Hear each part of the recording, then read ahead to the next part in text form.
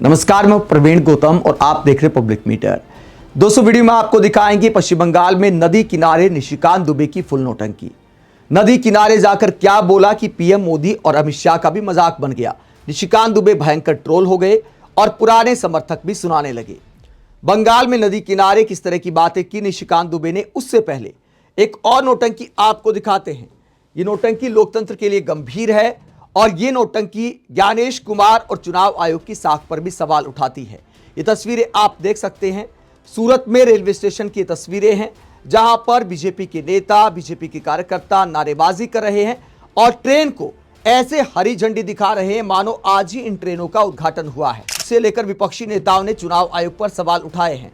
ये बीजेपी का पटका इनके गले में दिखाई दे रहा है और जय श्री राम के नारे लगाते हुए ट्रेन को रवाना किया गया है। दावा किया जा रहा है कि ये ट्रेन सूरत से बंगाल जा रही है, जहां पर टीएमसी के खिलाफ वोट डालने के लिए बीजेपी ने सारा तामझाम किया है। इसे लेकर दैनिक भास्कर की खबर क्या कहती है? दैनिक भास्कर डिजिटल की खबर कहती है, ट्रेनों में भरकर 5000 लोगों को पश्चिम बंगाल में कौन भेज रहा है? चुनाव से पहले ऐसा खेला, चाणक्य भी हो जाए फेल। आगे इस खबर में क्या बताया गया है? पश्चिम बंगाल विधानसभा चुनाव से पहले एक नई और अनोखी रणनीति सुर्खियों में है, जिससे राजनीति के जानकारों को भी हैरान कर दिया है। सूरत के उधना रेलवे स्टेशन से वोटर्स स्पेशल ट्रेन के जरिए बड़ी संख्या में बंगाली मतदाताओं को उनके ही गृह राज्य भेजा जा रहा है, ताकि वो अपने मत अधिकार का सही इस्तेमाल कर सकें। इस घटना ने राजनीतिक परिदृश्य को एक नया मोड़ दे दिया है और चिंता का विषय भी बन गया है। यहाँ की तस्वीरें और वीडियो सोशल मीडिया पर वायरल हो रहे हैं, जिनमें रेलवे स्टेशन पर तिरंगा लहराते, वंदे मातरम और जय श्री राम के नारे लगाते लोग नजर आ रहे हैं। करीब 1300 लोग पहली ट्रेन से रवाना हुए, जबकि कुल मिलाकर 4 ट्रेनों के जरिए लगभग 5000 मतदाताओं को बंगाल भेजने की योजना है। ये पूरी प्रक्रिया न केवल राजनीतिक गलियारों में चर्चा का विषय है, बल्कि विपक्षी पार्टियां भी इस पर सवाल उठा रही हैं।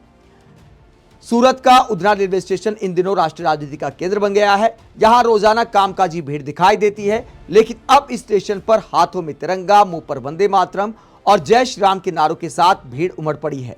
भाजपा की सूरत इकाई और बंगाली समुदाय ने मिलकर यह योजना बनाई है कि इन मजदूरों को उनके गृह प्रदेश बंगाल में जाकर मतदान का अधिकार मिल सके। सूरत में रहने वाले करीब 2.5 लाख बंगाली मजदूर मुख्य रूप से हीरा पॉलिशिंग और कपड़ा मिलों में काम करते हैं। ये लोग लंबे समय से अपने घरों से दूर हैं और कई बार अपने वोट का इस्तेमाल नहीं कर पाते थे। अब इनकी स्थिति बदलने के लिए भाजपा ने ये वोटर्स स्पेशल ट्रेन योजना शुरू की है। इन ट्रेनों में सिर्फ असली और सत्यापित मतदाता ही यात्री कर रहे हैं, जिनके नाम वोटर लिस्ट में मौजूद हैं। टिकट, खाना और पानी की व्यवस्था पूरी तरह से पार्टी की तरफ से मुफ्त है। पहली ट्रेनों का संचालन 18 से 20 अप्रैल के पास हुआ। तो दैनिक भास्कर की खबर बताती है कि बीजेपी ने पूरा तामझाम किया है। ट्रेन को हरी झंडी दिखाने वालों के गले में भी बीजेपी का पटका दिखाई दे रहा है। उसके बाद अगर बड़े मीडिया हाउस खबर को पुख्ता करे तो चुनाव आयोग आखिरकार कब जागेगा? इसे लेकर कांग्रेस से सवाल उठाया है। कांग्रेस नेता श्रीनिवास बीवी कहते हैं, कुछ दिन पहले इसी सूरत रेलवे स्टेशन से बिहार वापस जा रहे श्रमिकों को लाठियां मार मारकर ट्रेनों में ठूसा गया था और अब बंगाल के श्रमिकों को भाजपा द्वारा बाकायदा स्पेशल ट्रेन बुक करके एक सीट पर एक व्यक्ति को बैठाकर भेजा जा रहा है। कोई खास वजह? तो श्रीनिवास बीवी सवाल उठाते हैं। दोस्तों, अगर मतदान के लिए खर्चे पर भाजपा भेज रही है तो यह चुनाव आचार संहिता का उल्लंघन है।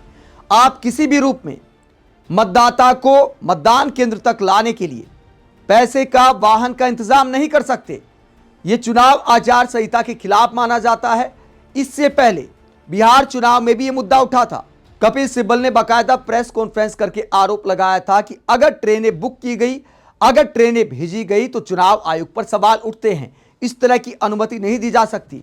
यह भी सवाल उठाया था कि जहां पर बीजेपी की सरकार है, वो सरकार, बीजेपी का संगठन, साथ ही भारतीय रेलवे पर भी कपिल सिब्बल ने सवाल उठाए थे कि क्या ऐसे स्पेशल ट्रेन बुक की जा सकती है।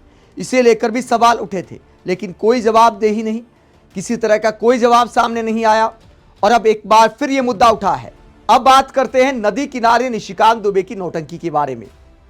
ये निशिकांत दुबे ने वीडियो पोस्ट किया है एक पश्चिम बंगाल का, जहां वो पहुंचते हैं नदी किनारे और क्या दिखाते हैं इस वीडियो में।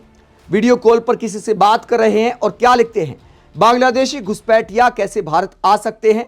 यह है पश्चिम बंगाल के बशीरहाट का ताकि। इच्छामती नदी के उस पार बांग्लादेश है, आगे की सोच आपके पास।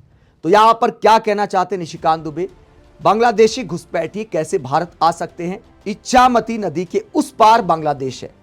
तो यह दिखा रहे कि भैया मैं इस पार खड़ा हूं, उस पार बांग्लादेश है। तो उस पार अगर बांग्लादेश है तो निशिकांत दुबे को पता है, तो क्या मोदी सरकार को नहीं पता, क्या अमित शाह को नहीं पता, क्या देश के सुरक्षा बलों को नहीं पता? इसमें आखिरकार निशिकांत दुबे किस पर सवाल उठा रहे हैं? इस पूरे मामले को लेकर कैसे मजाक बन गया है? बंगाल में नदी के उस पार बांग्लादेश दिखाया निशिकांत दुबे ने, तो पब्लिक क्या क्या दिखाती है? मोहित चौहान दिखाते ये है मेघालय, उमटोक नदी के उस पार बांग्लादेश है, आगे की सोच आपके पास। तो यहां पर उस पार जो है बांग्लादेश का झंडा दिखाई दे रहा है और बीच में ये नदी है उमटोक नदी, उस पार बांग्लादेश है। ये पब्लिक दिखाने लगी भैया उस पार से क्या होता है, अगर घुसपैठ हो रही तो उसको रोकने का जिम्मेदार कौन है? पीएम मोदी के पुराने समर्थक रहे अजीत भारती क्या कहते हैं, जो यूजीसी कानून के बाद एकदम से गुस्से में है मोदी सरकार से, तो वो कहते हैं भाजपा को सीमा सुरक्षा का दायित्व टीएमसी और झारखंड मुक्ति मोर्चा से तुरंत वापस ले लेना चाहिए, एक कम्युनिटी नोट लगाओ कोई इस पर। तो अजीत भारती कटाक्ष करते हैं कि क्या सीमा सुरक्षा का दायित्व टीएमसी और झारखंड मुक्ति मोर्चा के पास है, जो इस तरह से बंगाल में जाकर नदी के उस पार का सीन दिखाया जा रहा है। अमित मिश्रा कहते हैं ये भाई किसके साथ है पता नहीं चल पा रहा, क्योंकि टीएमसी के पास ना तो सीमा सुरक्षा बल है और ना ही दूसरे सैन्य बलों को ममता सरकार नियंत्रित कर रही है। तो भाई निशिकांत दुबे क्या अपने ही गृह मंत्री पर सवाल उठा रहे हैं? कैसे कोई इस आदमी को मंत्री बनाएगा, ये तो संतरी पर ही सवाल उठा रहा है।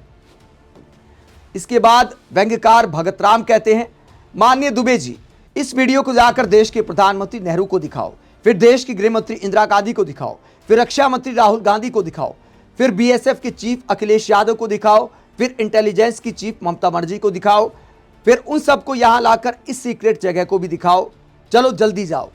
तो निशिकांत दुबे जिस तरह नेहरू परिवार को टारगेट करते हैं, उस पर भगत राम ने व्यंग्य किया है।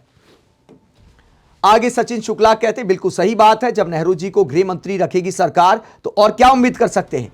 भारत के गृह मंत्री नेहरू जी को शर्म आनी चाहिए, भाजपा और उसके नेताओं से ज्यादा घटिया प्रवृत्ति शायद ही किसी में हो।